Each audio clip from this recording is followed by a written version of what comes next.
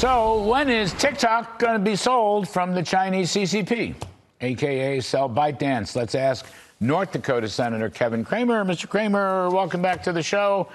When is TikTok going to be sold? Well, Larry, as you know, the House overwhelmingly passed the legislation last week that sets the table for that to happen. But now the legislation comes over to the Senate, where we're duty bound to slow it down by process, by tradition, by just the way the institution operates. I don't know when it will happen, Larry, but I do believe that the House created enough momentum. And I think there's a growing awareness of the problem with the CCP's ownership and control over ByteDance and, as a result, TikTok, that we have to take our duty to secure the country, to protect the country from all enemies, foreign and domestic, as ahead of those First Amendment rights that so many people like to tout, which are important. For sure, Larry, they're important. But eliminating TikTok, or at least making TikTok an American company, will not rob anybody of their First Amendment rights. It'll just help secure the United States of America. That's my view. I think it'll be a more modest version, probably, than the House bill. Oftentimes, that's the result in the Senate, but we need to do something. You think the Senate bill might give more time? What was the House bill, 6 months? Maybe a little. I think the private investment sector is going to work on the ByteDance sale. It's not an easy sale, as you know. The Chinese oppose it. So if you extended the selling point in your Senate legislation, I don't think that'd be the worst thing in the world. It might not be, Larry. Obviously, there are a lot of Americans interested. There's a lot of entrepreneurs. Obviously, Elon Musk has already stepped up, and there'll be others, I'm sure, that'll be interested in it, or some group of people that'll be interested in it.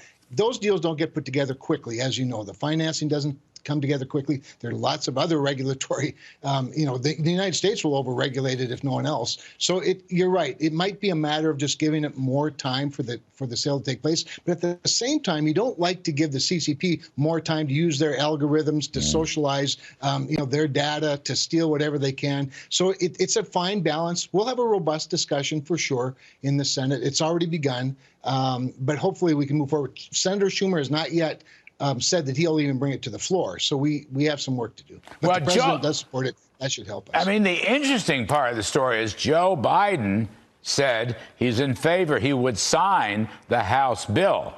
And since I favor the House bill, that puts me in league with Joe Biden, which is an interesting point. But I call them as I see them.